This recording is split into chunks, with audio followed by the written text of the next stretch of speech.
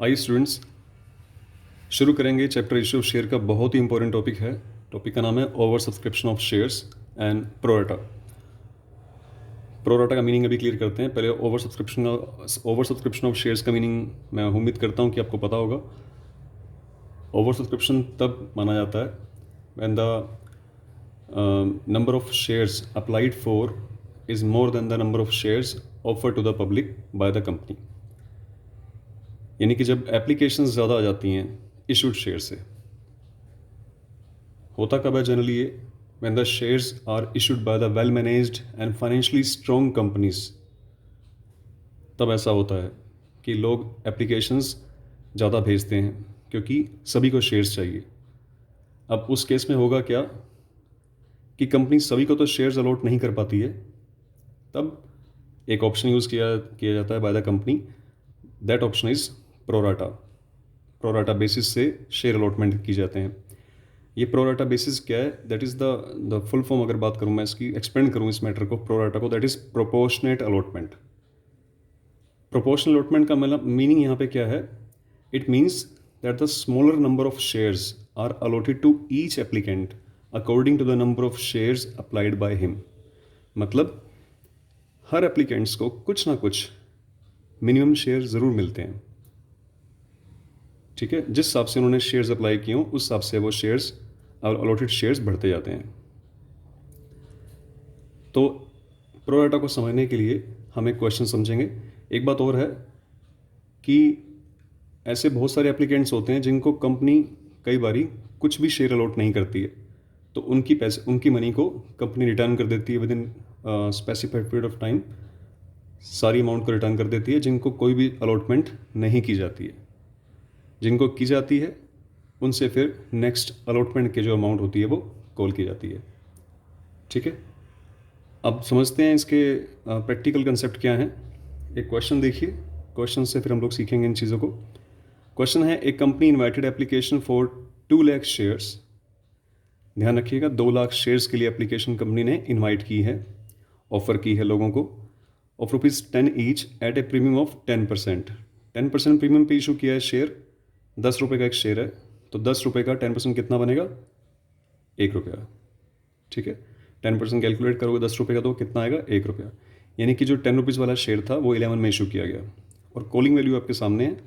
Calling value में लिखा हुआ है 344। Application, allotment, first and final call इकट्ठी है। यहाँ पे फर्स्ट कॉल ही फाइनल कॉल है।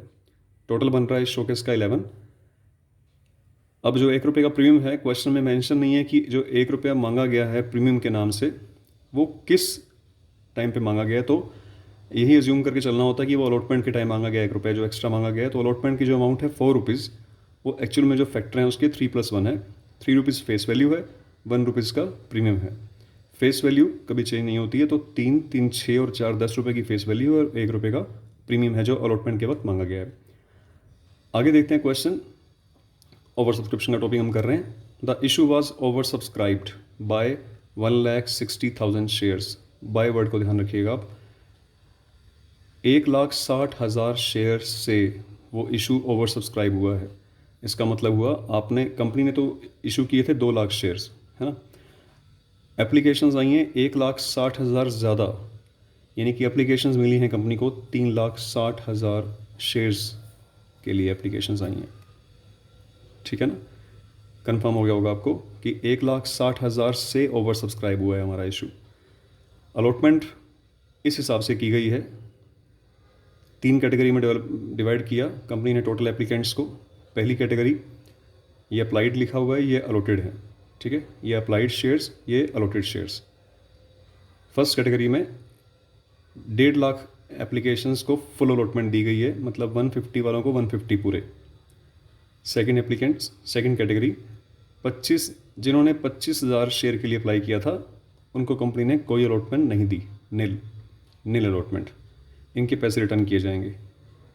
थर्ड कैटेगरी में रखा है 1,85,000 शेयर्स को, जिसको 50,000 शेयर अलॉट किए गए हैं। उन एप्लीकेंट्स को रखा है जिसने 1,85,000 शेयर अप्लाई किए थे, कंपनी ने उनको 50,000 शेयर अलॉटमेंट दी है। अगर मैं दोनों साइड का टोटल करूँगा, अप्लाइड पोर्शन का और अलॉटेड कॉलम का टोटल करूँगा तो इधर दिखाई देंगे आपको 3,60,000 शेयर जो कि अप्लाई हुए हैं, और इधर दिखाई देंगे आपको 2 लाख शेयर जो कि कंपनी ने इशू किए थे, क्योंकि जो इशू किए थे वही अलॉट कर सकती है ना, उससे ज़्यादा नहीं अलॉट कर सकती। ठीक है, तो एप्लीकेंट्स थे 360 जिनको 3 कैटेगरी में डिवाइड किया और ये अलॉटेड हैं, जिसमें से यहाँ फुल है 1.5 लाख वालों को 1.5 लाख शेयर, तो 1.5 लाख प्लस 50 2 लाख हो गए। ठीक है, हमारा जो क्वेश्चन है ये वाला वो फुल और नील से हमें कोई प्रॉब्लम नहीं है, हमें प्रॉब्लम है इस थर्ड कैटेगरी से जहाँ पे प्रो राटा अलॉटमेंट हो रही है, प्रोपोर्शनेट अलॉटमेंट हो रही है। इसी को सॉर्ट आउट करना है, इसी को हमने सीखना है। देखिए थर्ड कैटेगरी की बात करूँगा यहाँ पे मैं कि 1,85,000 शेयर्स अप्लाई हुए, आपने उनको अलॉटमेंट दी है सिर्फ 50,000 शेयर्स की। अब इन शेयर होल्डर्स के 1,35,000 शेयर 1,35,000 शेयर्स एडवांस कंपनी के पास आए हैं, एक्सेस आए हैं। साथ में एप्लीकेशन मनी भी आई होगी, सभी ने एप्लीकेशन मनी दी है, क्योंकि एप्लीकेशन मनी आपको अच्छी तरह पता है कि एडवांस में आ जाती है ना। तो एप्लीकेशन मनी आई हुई 3 रुपये के हिसाब से, तो 1,35,000 मल्टीप्लाई बाय 3, तो जो हमारे पास एडवांस मनी कंपनी के पास आई होगी वो आई होगी 1,35,000 शेयर्स मल्टीप्लाई बाय 3, ये हमारी अमाउंट बनेगी 4,05,000 रुपये। अब कंपनी करती क्या है इस केसेस में, जो कंपनी के पास एक्सेस मनी आ जाती है एप्लीकेशन के टाइम, कंपनी उस पैसे को, उस एडवांस मनी को एडजस्ट करती है। If the article of association इस चीज़ के लिए परमिट करता है तो उसको फ्यूचर कॉल्स पे एडजस्ट करने की कोशिश करती है। कैसे एडजस्टमेंट करती है कंपनी, देखिए एप्लीकेशन तो आ गई, अब इसके बाद अलॉटमेंट की बारी है, फिर फर्स्ट और फाइनल कॉल की बारी है। ठीक है, तो पहले हम करेंगे एडजस्टमेंट ऑन अलॉटमेंट। आपको एक चीज़ खास ध्यान रखनी है कि इस थर्ड कैटेगरी में हम जो भी डीलिंग करेंगे आगे, वो डीलिंग होगी हमारी 50,000 शेयर्स पर, ना कि 1,85,000 शेयर्स पर, ना ही 1,35 पर, है ना।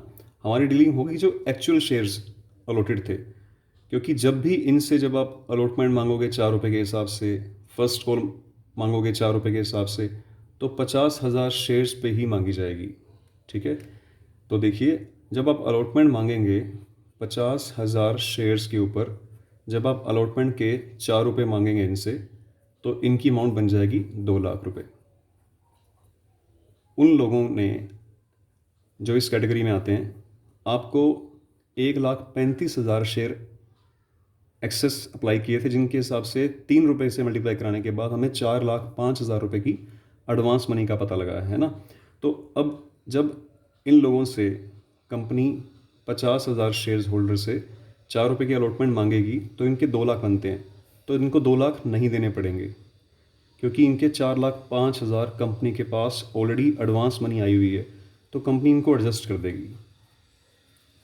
बाकी एडवांस रह जाएगा इनके पास, कंपनी के पास 2,05,000। अब फिर आगे चलते हैं, आगे मांगेगी company first and final call. अगली एडजस्टमेंट होगी adjustment on first and final call पे। फर्स्ट एंड फाइनल कॉल फिर से देखिए, 50,000 शेयर्स जो एक्चुअली अलॉटेड थे, फर्स्ट एंड फाइनल कॉल है 4 रुपये की, यहाँ भी 2 लाख रुपए बनते हैं, जो कि एडवांस से अभी भी कम है, स्टिल 5,000 बैलेंस। ये जो बैलेंस रहेगी, balance amount, this amount is to be refunded. ये अमाउंट अपने को वापस करनी पड़ेगी। ये वापस क्यों करनी पड़ेगी? क्योंकि अब आगे और कॉल्स नहीं हैं, जितना भी एडवांस था मैक्सिमम 4,05,000 रुपये का, वो हम लोगों ने एडजस्ट कर दिया। इससे ज़्यादा एडवांस एडजस्ट नहीं कर पाएंगे, क्योंकि आगे कॉल्स ख़त्म हो गई हैं, अमाउंट पूरी हो गई जो फेस वैल्यू थी उसकी, मार्केट वैल्यू थी जो, तो ये पैसे वापस करने पड़ेंगे। अच्छा मान लीजिए क्वेश्चन में लिखा हुआ है यहाँ पे, ये लाइन आपको मैं पढ़वानी भूल गया, अभी पढ़ रहे हैं इसको।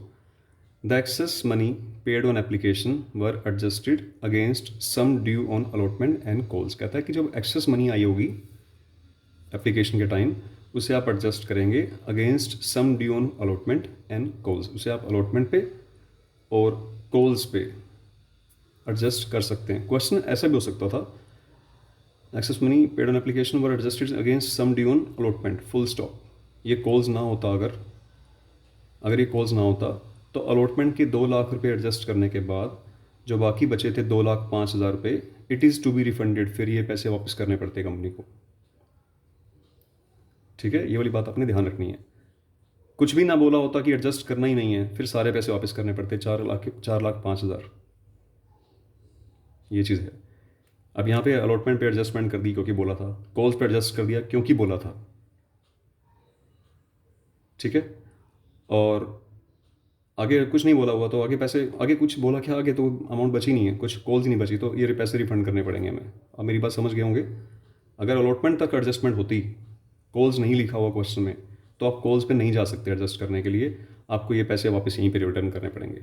ठीक है, अब अगर रिफंडेड अमाउंट की बात अगर मैं करूँ, 5,000 रुपये तो ये वाले वापस करने हैं। और अब सेकंड कैटेगरी को ध्यान से देखिए। सेकंड कैटेगरी थी एप्लीकेंट्स जिन्होंने 25,000 शेयर अप्लाई किए थे, कंपनी ने उनको नील अलॉटमेंट दिए, कोई भी अलॉटमेंट नहीं दिए, बल्कि एक लेटर ऑफ रेगरेट, मतलब खेद पत्र के साथ सूचना दी कि बड़े खेद के साथ सूचित किया जाता है, that is we are very sorry to inform you that we are not giving you any allotment. So इनके पैसे वापस करने पड़ेंगे। कौन से पैसे? 3 रुपये, क्योंकि एप्लीकेशन जो आई है वो हमारे पास इन तीनों कैटेगरी की एप्लीकेशन आई है, मतलब 3,60,000 की शेयर्स के लिए एप्लीकेशन आई है। तो इनके 3 रुपये वापस करेंगे आप, यानी कि 25,000 शेयर्स के ऊपर 3 रुपये, यानी कि 75,000 रुपये।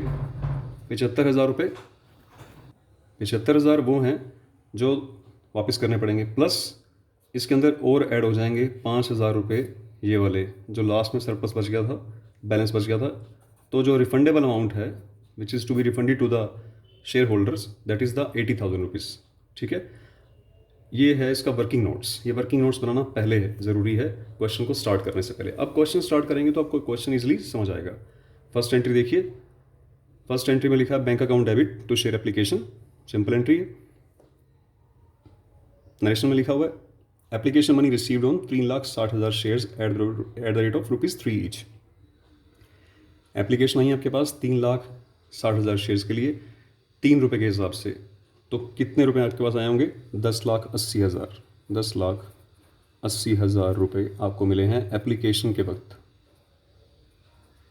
ठीक है, फिर 10,80,000 अगले नेक्स्ट एंट्री है एप्लीकेशन मनी को ट्रांसफ़र करना होता है शेयर कैपिटल में। अब 10,80,000 रुपये जो एप्लीकेशन के वक्त मिले हैं उनको कैपिटल में ट्रांसफ़र करेंगे। जो कैपिटल बननी है, जो एक्चुअल शेयर अलॉटेड हुए हैं वो तो 2 लाख है, क्योंकि हम लोगों ने 2 लाख ही शेयर्स इशू किए थे, तो इससे ऊपर की कैपेसिटी नहीं है हमारे पास। तो 2 लाख शेयर्स के हिसाब से 3 रुपये की amount, 2 lakh into 3 6 lakh, capital तो बनेगी 6 लाख रुपये से। बाकी की अमाउंट 4,80,000 बच गए, उसका क्या करोगे आप? उसी के हम लोगों ने वर्किंग नोट्स बनाए थे। क्या किया हम लोगों ने? बाकी का कुछ अमाउंट को अलॉटमेंट पर एडजस्ट किया था। कितने? 2 लाख। तो 2 शेयर अलॉटमेंट 2 लाख रुपीज़। फिर कुछ अमाउंट को फर्स्ट एंड फाइनल कॉल पे एडजस्ट किया था एडवांस की फॉर्म में, है ना। तो 2 कॉल्स इन एडवांस 2 लाख रुपए अभी भी पूरे नहीं हो पाए। देखो 6 और 2 8 और 2 10 लाख हो गए हैं, अभी भी 80,000 रह गए हैं। ये 80,000 कौन से हैं? मैंने लास्ट में लिखा हुआ है टू बैंक। जी हाँ, ये वही अमाउंट है जो हम लोगों ने रिटर्न करनी है, 80,000। और 80,000 कहाँ से आया मैं आपको बता चुका हूँ। ठीक है, इस हिसाब से एंट्री बनेगी। एप्लीकेशन मनी नरेशन क्या बन रही है? एप्लीकेशन मनी एडजस्टेड, एडजस्ट कर दी एप्लीकेशन मनी। ठीक है, नेक्स्ट एंट्री देखिए, शेयर अलॉटमेंट अब ड्यू करते हैं। Share allotment account debit to share capital to security premium reserve. Allotment कितने रुपए की है? 4 रुपये की। अब आपका रिलेशन इनसे ख़त्म हो चुका है। अब सिंपल क्वेश्चन चलाएंगे हम लोग। 2 लाख शेयर्स इशू थे, क्योंकि अलॉट भी 2 लाख थे, अलॉटेड भी 2 लाख थे। तो 2 लाख शेयर्स पे 4 रुपये की अलॉटमेंट हम लोगों ने कॉल करेंगे, तो 8 लाख रुपीज़ हम कॉल कर रहे हैं, जिसमें से 3 रुपये की कैपिटल बनने वाली है और 1 रुपये का बनेगा प्रीमियम। हम लोगों ने 4 रुपये कॉल किए ना। ठीक है, तो 3 रुपये की कैपिटल बनेगी, यानी कि 6 लाख रुपीज़ की कैपिटल बन गई 2 इंटू 3, और 1 लाख रुपीज़ का प्रीमियम है तो 2 इंटू 1 2 लाख रुपीज़ का प्रीमियम बन गया, सिक्योरिटी प्रीमियम रिजर्व। फिर अमाउंट रिसीव होगी। रिसीविंग के वक्त एक चीज़ खास ध्यान रखिएगा, 2 लाख हम पहले एडजस्ट कर चुके हैं अलॉटमेंट के ऊपर, ये नहीं मिलेंगे दोबारा आपको। 8 मांगे यहाँ पे लोगों से, तो 2 लाख इसमें से काट लीजिए, आपको मिलेंगे सिर्फ 6 लाख रुपए, 6 लाख रुपीज़ मिलेंगे। आई होप कि आप समझ गए होंगे मेरी बात को कि 6 लाख कैसे आए। Allotment money received after adjustment of advance, advance को एडजस्ट करने के बाद। फिर first and final call, share first and final call due करते हैं पहले। To share capital final call देखिए 2 लाख रुपये, 2 लाख शेयर्स हैं, 4 रुपीज़ की फाइनल कॉल है, तो 2 × 4 8 लाख रुपीज़, ये अमाउंट आपने लोगों से मांगी है। मिलेंगे कितने? Bank account debit, bank account debit, calls in advance account debit, to share first and final call. कितने रुपए मिलेंगे? ये देखिए फर्स्ट एंड फाइनल कॉल पे 2 लाख रुपए एडजस्ट किए हुए हम लोगों ने, ये नहीं मिलेंगे आपको, तो 6 लाख मिलेंगे। 2 लाख अब दिखाएंगे कि हाँ एडजस्ट हुए हैं, और इस हिसाब से आपके 8 लाख रुपए पूरे होंगे।